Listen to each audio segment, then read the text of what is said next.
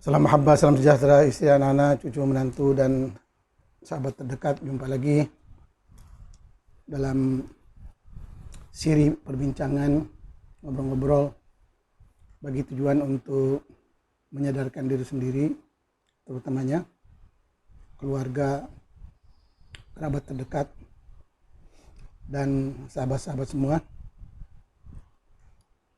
Maklumlah, kita sebagai masyarakat majmuk perlu terus saling menyadarkan, saling mengingatkan sesuai dengan ayat-ayat wa dzakir in nafa'ati dzikra sayadzakkaru man yakhsha.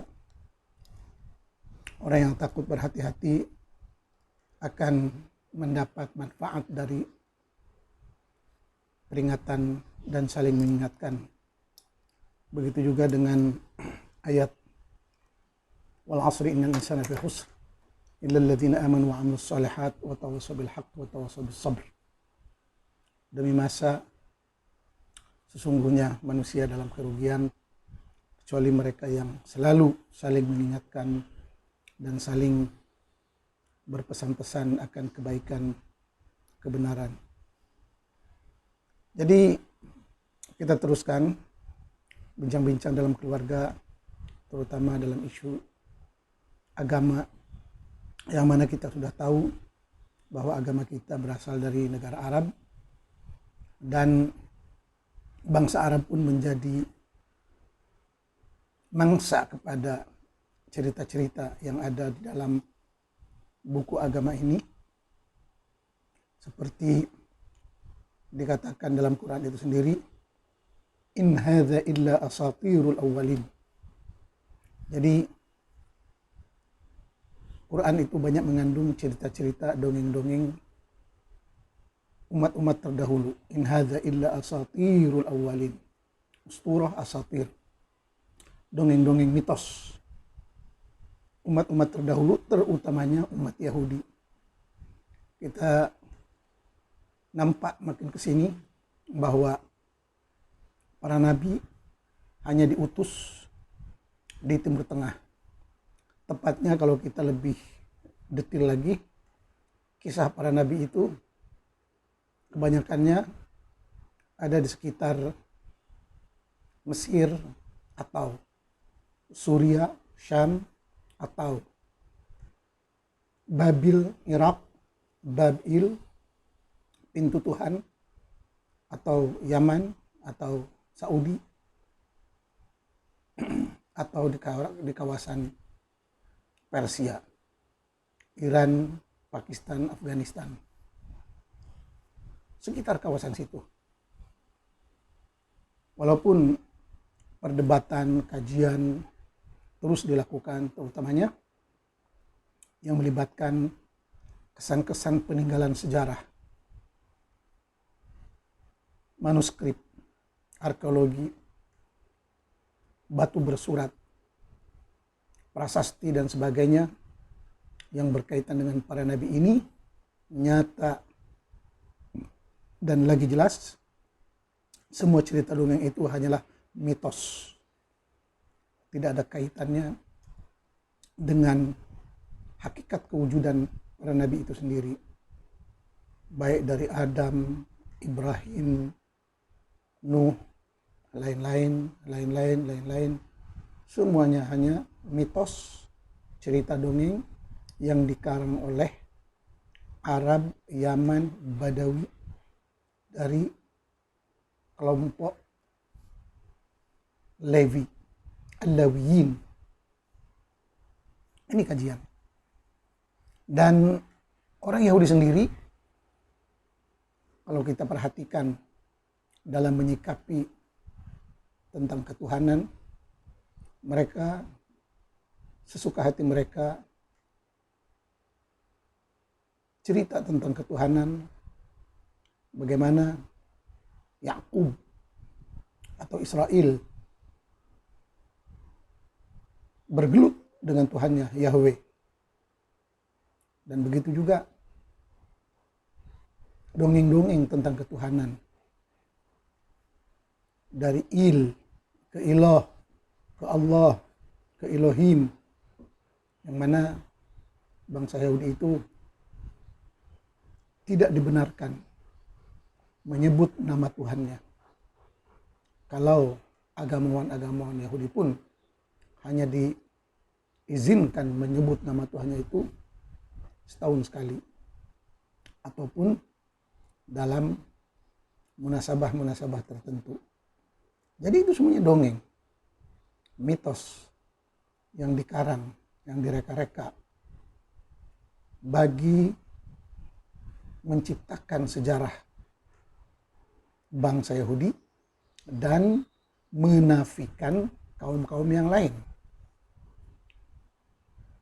Bahkan dalam cerita tentang siksa, azab, kiamat, juru selamat, dan lain-lain, itu semuanya tokoh-tokoh legenda yang coba dikarang, yang diambil dari cerita-cerita dongeng sebelumnya. Jadi kita semuanya ini mangsa dari cerita-cerita dongeng dan kepercayaan orang-orang Yahudi kepada tokoh-tokoh Adam, Nuh, Idris, Ibrahim, Musa, Harun, Daud dengan nama yang berbeda-beda. Mereka menganggap semua itu sebagai leluhur atau tokoh dan tidak pernah menganggap mereka sebagai nabi. Istilah nabi baru diperkenalkan di dalam dongeng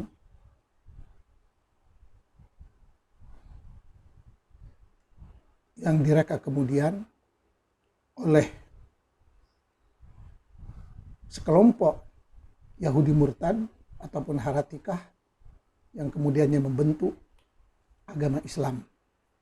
Bahkan nama Allah itu sendiri mulai diperkenalkan oleh bangsa Yahudi di Hijaz, dari ilah, Elohim, sebagai plural, jamak.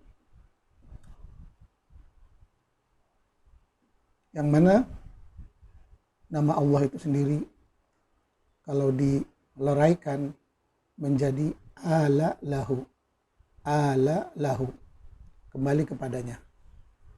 Begitulah seterusnya ceritanya tentang mitos-mitos para nabi ini terus dikaji, dikupas, dibahas, disesuaikan dengan fakta sejarah.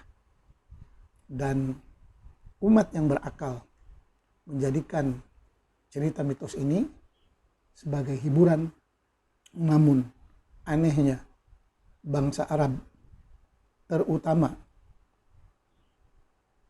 bangsa Arab kemudian, sebab bangsa Arab purba mereka juga mengatakan bahwa dinuna a'rafuna, agama kami adalah budaya kami, wa alihatuna jududuna, Tuhan kami adalah leluhur kami. Tapi usaha bangsa-bangsa haratikah Yahudi ataupun golongan murtadin Yahudi ingin memasukkan pengaruh mereka kepada bangsa Arab dengan membuat satu lagi ajaran yang dinamakan Islam, dengan membawa cerita-cerita yang coba dipahami oleh bangsa Arab pada era sebelum Islam, pada zaman sebelum Islam, yang mana mengikut kajian sejarah menjelang kemunculan Nabi akhir zaman, sebenarnya di negara Arab pun telah bermunculan calon-calon atau bakal calon atau yang merasakan dirinya sebagai calon yang sesuai, yang akan menjadi seorang nabi selain daripada Nabi Muhammad. Terdapat nama-nama seperti Nabi Muhammad, terus Umayyah bin Abi Salt, terus Al-Hunafa ataupun mereka yang masih lagi berpegang kepada din Hanif, agama Nabi Ibrahim, dan juga tokoh-tokoh seperti Musailamah Al-Kadzab, padahal namanya Maslamah, Al-Aswad Al-Ansi, dan lain-lain. Dan kebetulan dalam gerakan dan juga perjuangan para nabi yang mengaku dirinya sebagai calon yang sesuai untuk menjadi nabi, untuk menjadi ketua, untuk menjadi juru selamat, rupanya dalam sekian siri pertempuran, peperangan, persaingan, Nabi Muhammad lah yang menonjol. Bayangkan kalau ditakdirkan yang menonjol itu Musailamah Al-Kadzab, maka mungkin hari ini kita bersalawat salam kepada Musailamah Al-Kadzab. Begitulah persaingan sengit antara bakal-bakal calon para nabi, persis seperti persaingan sengit bakal-bakal calon presiden, raja, wakil rakyat, wali kota, gubernur, dan lain-lain. Akhirnya yang mujur, yang bertuah, yang beruntung, merekalah yang mendapat kesempatan, sokongan, dukungan dari rakyat jelata, dari rakyat yang terpedaya dengan janji-janji manis tiap-tiap calon. Inilah kehidupan. Hari ini semuanya dikaji, dibongkar, disesuaikan antara buku-buku yang tertua dari perjalanan sejarah kemanusiaan. Kita ada buku peradaban yang lebih tua seperti buku-buku agama Hindu, Buddha, Konfusius, Yunani Purba, Latin Purba, ajaran Mesir Purba, seperti dalam kitab Al-Mauta, kitab yang menceritakan tentang hal ehwal orang-orang yang telah mati, kitab Al-Amwat, Al-Mauta. Begitu juga dengan cerita-cerita yang ada dalam mitos Bilad Ar-Rafidain, seperti Atram Hasis, Gilgamesh, dan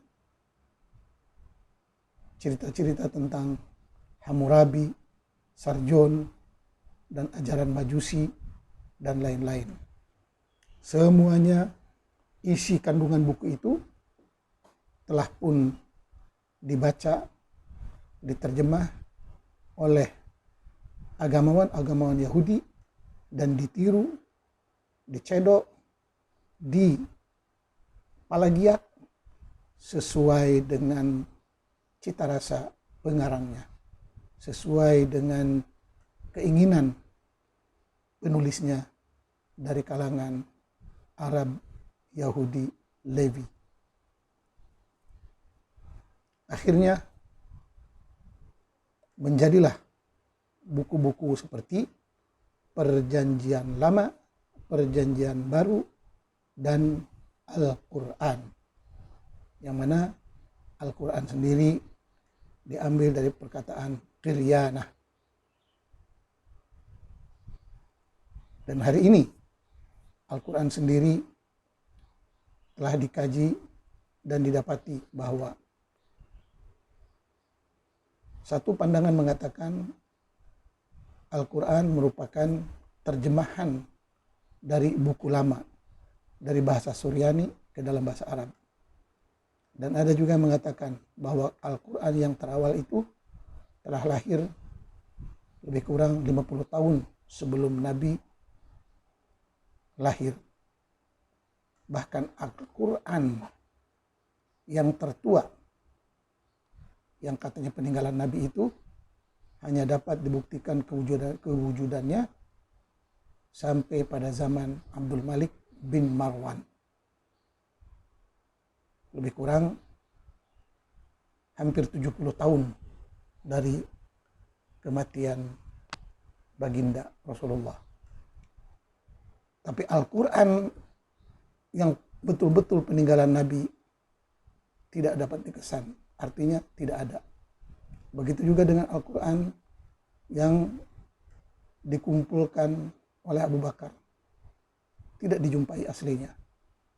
Begitu juga dengan Al-Quran yang ditulis pada era Khalifah Utsman. Tidak dapat diketahui aslinya ada di mana. Tidak dapat diketahui. Ini kajian. Silakan dirujuk kajian pembahasan di bawah judul Dirasah Makhtutat Al-Quran. Kajian manuskrip Al-Quran. Jadi baik itu Al-Quran, baik itu hadis, kedua-duanya merupakan ciptaan manusia, rekaan manusia, dan karangan manusia. Tidak ada apa-apa yang turun dari langit. Seperti kata Umar, langit tidak menurunkan emas dan perak. Dan kita mesti terus bekerja untuk mendapatkan rezeki. Begitu juga kata-kata orang yang bijak. Langit tidak pernah menurunkan buku apa-apa. Yang turun dari langit, dari dulu hingga sekarang, seperti yang kita nampak, apa yang turun dari langit? Hujan, air hujan, atau tai burung, atau ada kalanya meteor jatuh, atau ada kalanya bom jatuh. Itu yang turun dari langit. Bahkan langit itu sendiri dalam istilah sains tidak wujud. Tidak ada istilah langit. Sama yang ada adalah apa? Angkasa lepas. Alam semesta yang begitu luas.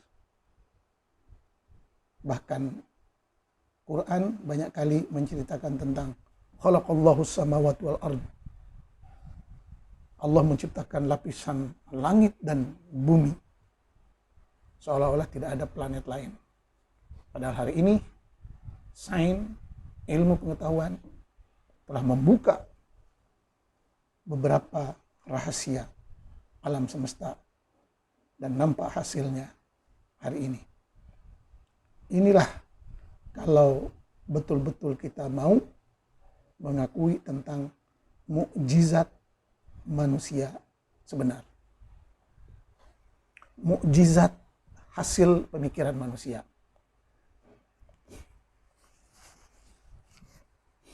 Mukjizat hasil pemikiran manusia. Mukjizat hasil kerja nyata manusia. Bisa kita lihat dalam bentuk HP, laptop, internet. Yang mana dengan adanya internet, dengan adanya Google, kita dengan mudah bisa mencari info, ilmu pengetahuan, apa jua bidang yang kita inginkan. Ini.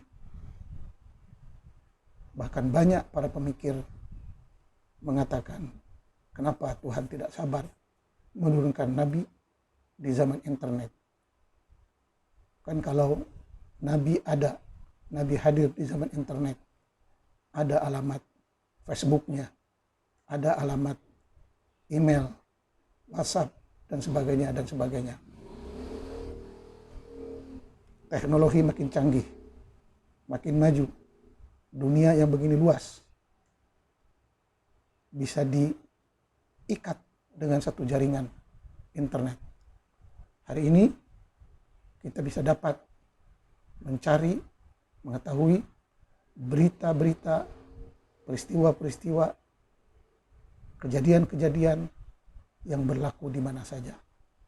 Bahkan lebih cepat dari berita-berita yang disiarkan oleh berita-berita pemerintah, berita perdana. Dengan mudah hari ini, wartawan, pelapor, dan juga para peliput berita, baik yang resmi ataupun yang tidak resmi, terus berbagi info dan ilmu pengetahuan. Sehingga manusia di zaman modern ini lebih cepat mendapat info, mendapat ilmu pengetahuan, mendapat apa-apa yang berlaku, yang terjadi di berbagai belahan dunia. Itulah canggihnya ilmu pengetahuan. Jadi kalau kita mau berbangga dengan kecanggihan mukjizat di zaman modern ini, adalah mukjizat ilmu pengetahuan, perkembangan ilmu pengetahuan, hasil dari karya-karya insan-insan yang berakal sehat, berakal waras, menggunakan akal, pikiran, tenaganya untuk kemajuan manusia. Kalau dulu ada cerita manusia bisa terbang, hari ini sebuah kapal terbang yang hebat bisa mengangkut, menerbangkan ratusan manusia. Tapi yang berakal khurafat, yang berakal mitos masih tidak melihat kecanggihan manusia modern.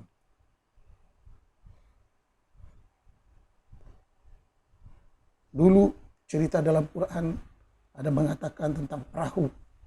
Hari ini kita lihat kapal-kapal raksasa bagaikan kota atau satu negeri yang terapung dalam bentuk kapal raksasa yang membawa segala kemudahan untuk manusia berhibur, bersenang-senang di atas kapal yang besar. Begitu juga dengan roket, begitu juga dengan jaringan internet yang cukup hebat, begitu juga dengan kecanggihan-kecanggihan yang lain, alat-alat yang hebat yang lain, laptop, kendaraan, bahkan dalam bidang pertanian, industri, peralatan, peternakan, perubatan pun terus manusia yang berakal berkarya, terus berkarya, menghasilkan alat-alat yang canggih, alat-alat yang ajaib, bahkan telah muncul hari ini sebagai manusia-manusia intelijen, AI, yang kemungkinan satu ketika nanti akan ada generasi AI yang melebihi kepandaian manusia biasa. Inilah yang dikatakan mukjizat sebenar. Bukan mukjizat mitos para nabi. Ada cerita nabi yang tahan api, bardan wasalaman ala Ibrahim,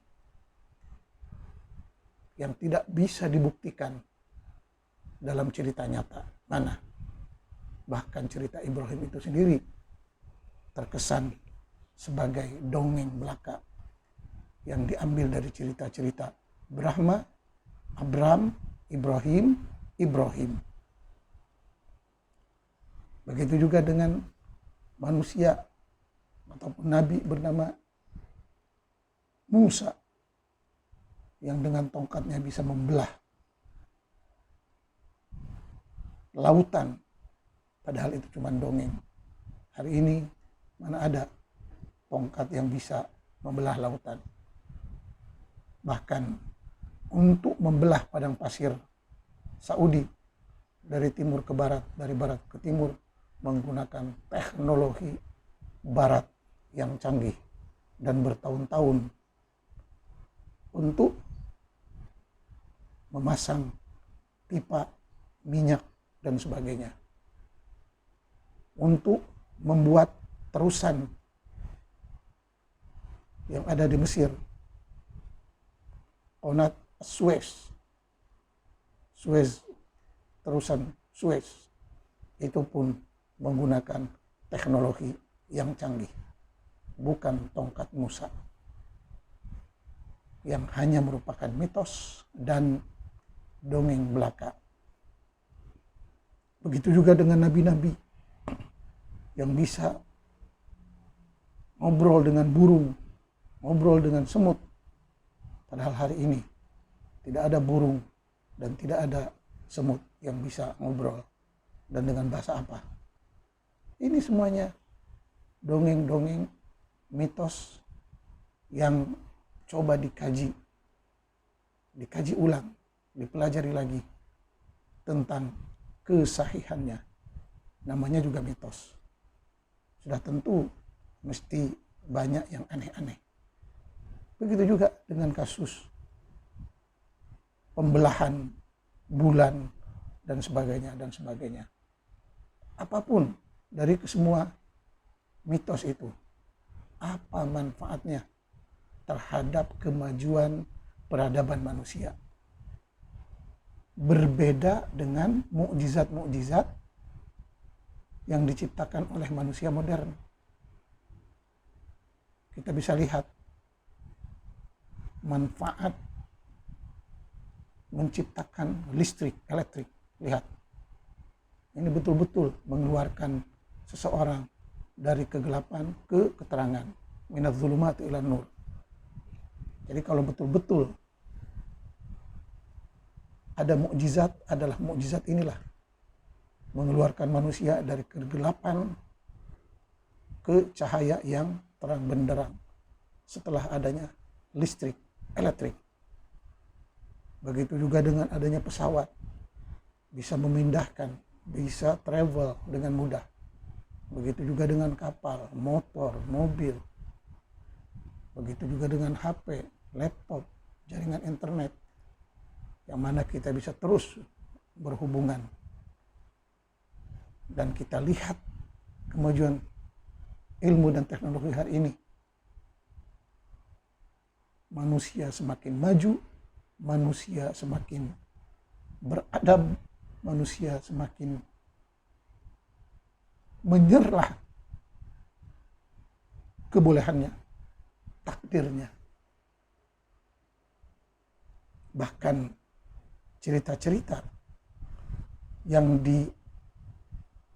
ditulis dalam buku-buku, kitab-kitab lama hari ini ditafsirkan semula.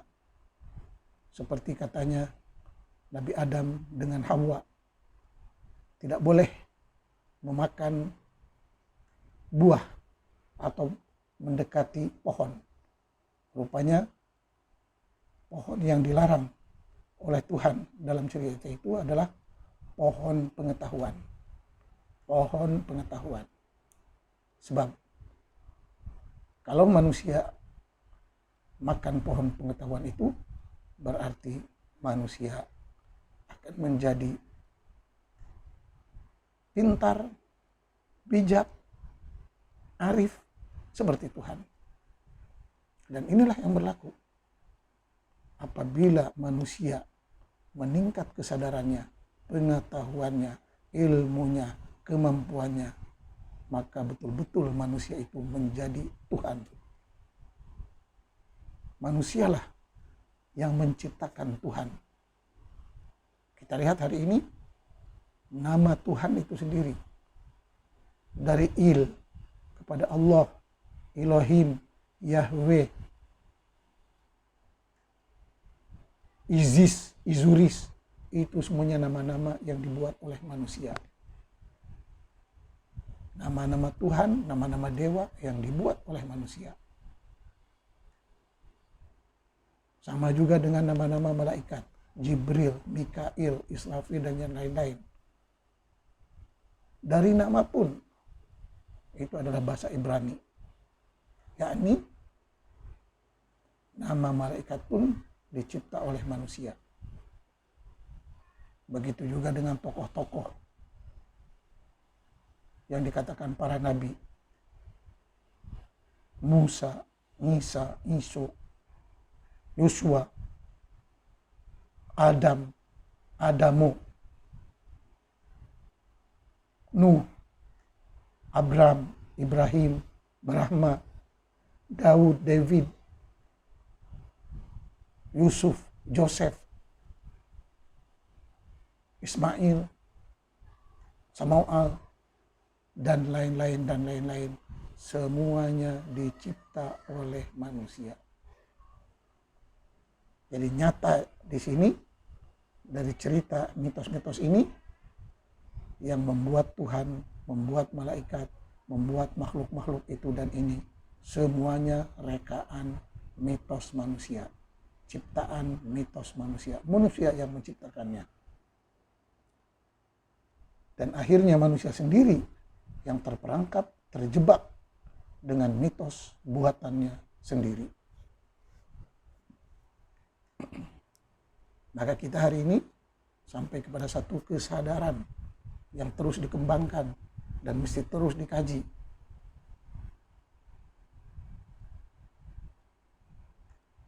Apa manfaat mukjizat mitos dengan mukjizat sains dan teknologi? Kita mesti bisa membedakan antara mukjizat-mukjizat, keanehan-keanehan yang dibuat oleh rekaan, cerita-cerita, dongeng-dongeng mitos yang hampir tidak ada gunanya kepada kehidupan manusia, dengan mukjizat dan keanehan-keanehan yang dihasilkan oleh akal pemikiran manusia yang kreatif dan inovatif. Sehingga lahirlah ciptaan-ciptaan yang begitu hebat, begitu canggih dalam semua bidang. Kita lihat, kita rasakan kenikmatannya hari ini. Kemajuan sains dan teknologi, kemajuan ilmu itu dan ilmu ini.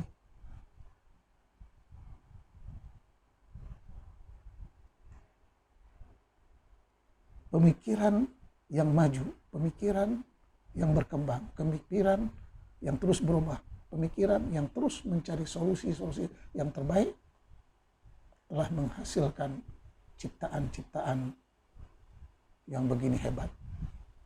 Pesawat, kapal, roket, alat itu, alat ini yang canggih-canggih.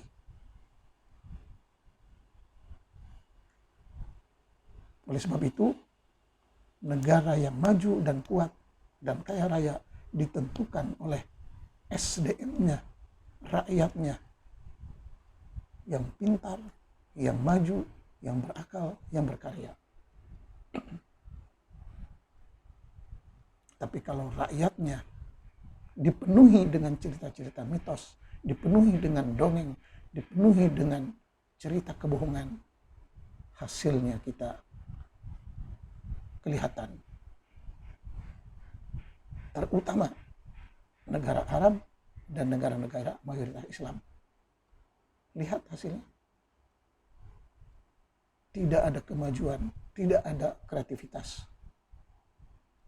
Tetap miskin dan bertahan dengan kemiskinan.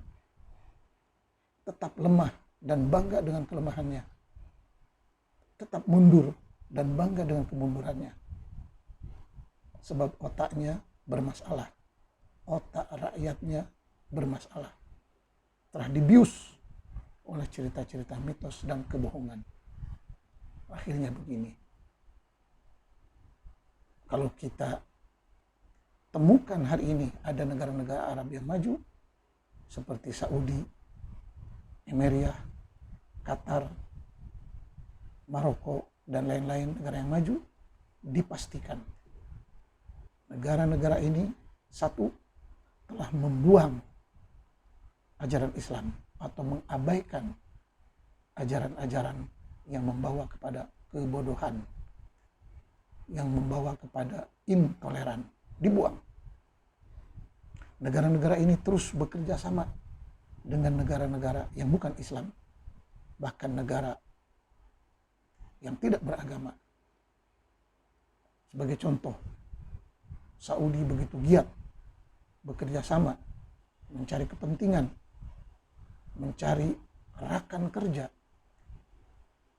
dengan Amerika, dengan Inggris, dengan Rusia, dengan Cina, dengan Jepang untuk memajukan negaranya. Tidak ada lagi istilah negara Islam, negara bukan Islam. Berhubungan dengan orang Islam dan bukan Islam. Ini contoh Saudi yang merupakan pusat Islam. Begitu juga dengan Emirates, begitu juga dengan Qatar dan Maroko, Marrakesh. Semua negara-negara maju ini telah dan sedang dan terus menjalin hubungan dengan negara-negara maju. Terutamanya Amerika, Inggris, Rusia, Israel, Jepang, Cina. Begitulah Indonesia kalau mau maju. Tidak ada kata terlambat. Hayo, bangkit semua. Sadarkan minda.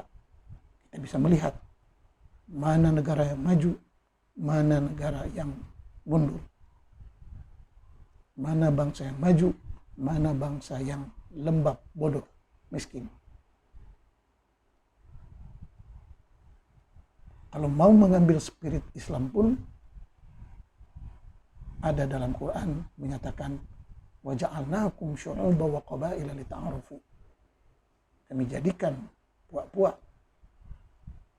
kaum-kaum, etnik-etnik, berlainan agama dan budaya umat manusia ini untuk saling mengenal, untuk saling ta'aruf, untuk saling berkomunikasi. Begitu jelas, lita'arufu. Saling berkenalan melalui sains, teknologi, perdagangan, impor ekspor, jual beli, kerjasama, dan sebagainya demi untuk menciptakan kenyamanan, keamanan, keharmonian, kesejahteraan sesama manusia. Oleh sebab itu, kita sebagai manusia yang berakal sehat di zaman modern ini pada tahun 2024, yang mana ilmu pengetahuan semakin banyak, semakin mudah diakses, semakin mudah dicari. Ayo bangsa Indonesia, semua lapisan dari semua agama, bangkit. Tiru bangsa-bangsa yang maju, bekerja seperti bangsa-bangsa yang maju, dan tinggalkan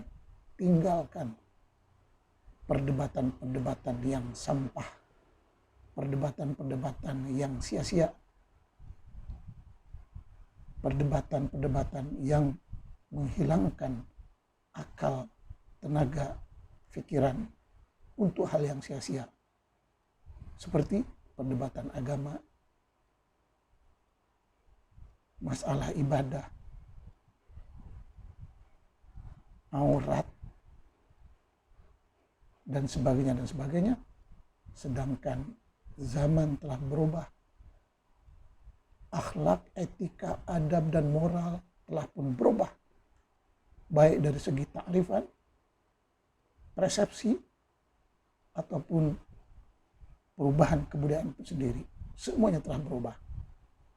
Dan sememangnya hidup yang wajar itu yang terus berubah menjadi lebih baik, lebih maju, lebih jaya.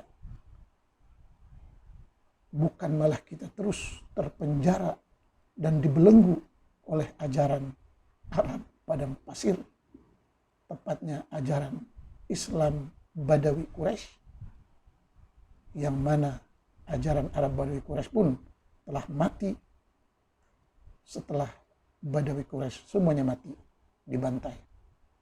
Justru yang ada sekarang ini adalah ajaran Islam yang dicipta, yang direka-reka oleh bangsa Persia, Iran yang berlatar belakangkan ajaran Zarathustra, Majusi, Hindus. Semua ajaran Islam yang ada pada hari ini, baik itu Syiah, baik itu Sunni, baik itu tasawuf, telah dibuat, direka-reka, dimodifikasi sedemikian rupa oleh ulama-ulama Iran, Parsi yang berlatar belakangkan agama Majusi, Zarathustra, Hindus. Itu sebabnya banyak karangan-karangan baik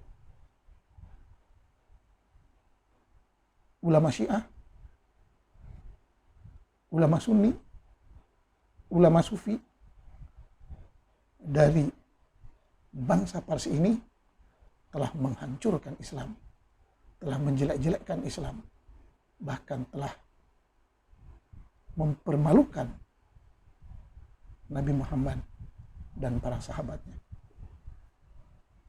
Ini semuanya direkod, ditulis dalam buku-buku mereka seperti Al-Kafi, Al-Majlisi, Biharul Anwar, Bukhari, Muslim, Abu Daud, dan lain-lain.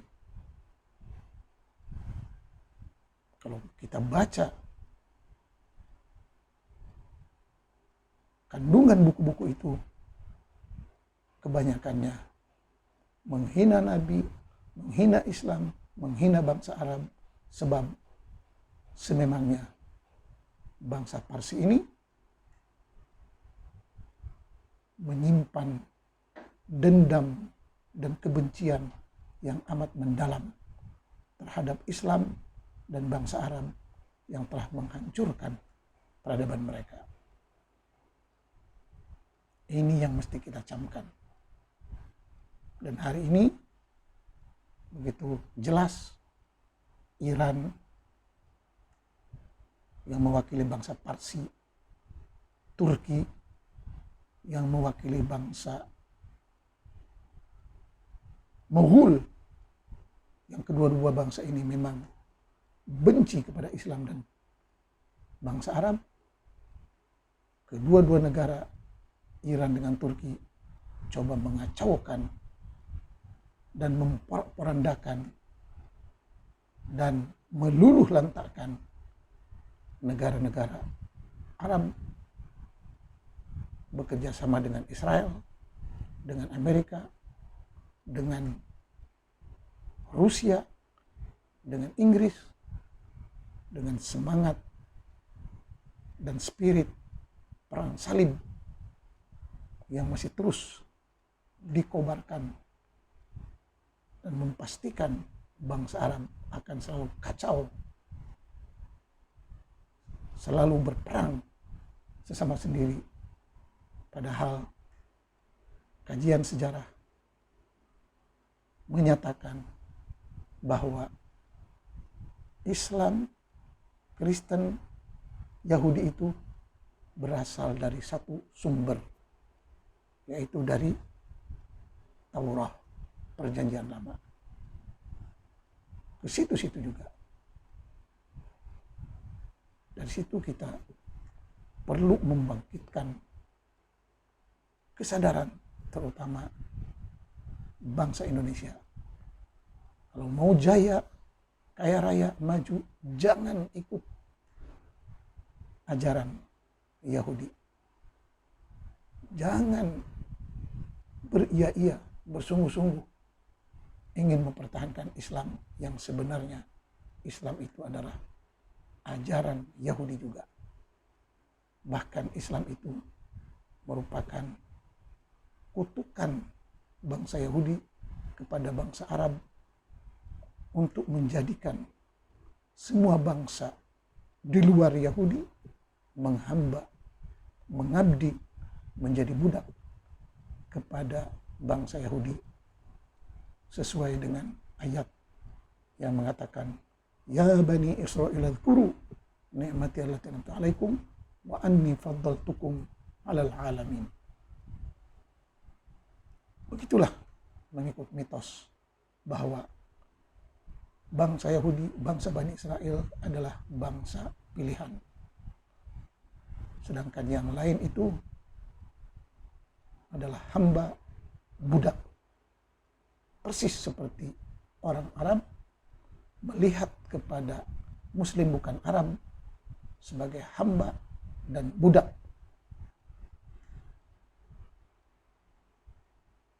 Oleh sebab itu, kalau bangsa Indonesia masih mempunyai mental hamba dan budak, kita tidak akan bisa maju. Bangsa yang tahan bersaing, yang merdeka, yang maju adalah bangsa yang mempunyai kemerdekaan yang mutlak, yang total. Bukan bangsa hamba, bukan bangsa abdi, bukan bangsa khadam. Mudah-mudahan kita makin dewasa, makin sadar, dan makin bijaksana.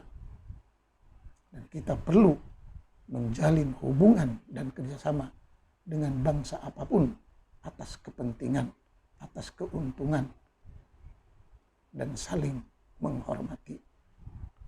Sekian, wassalam.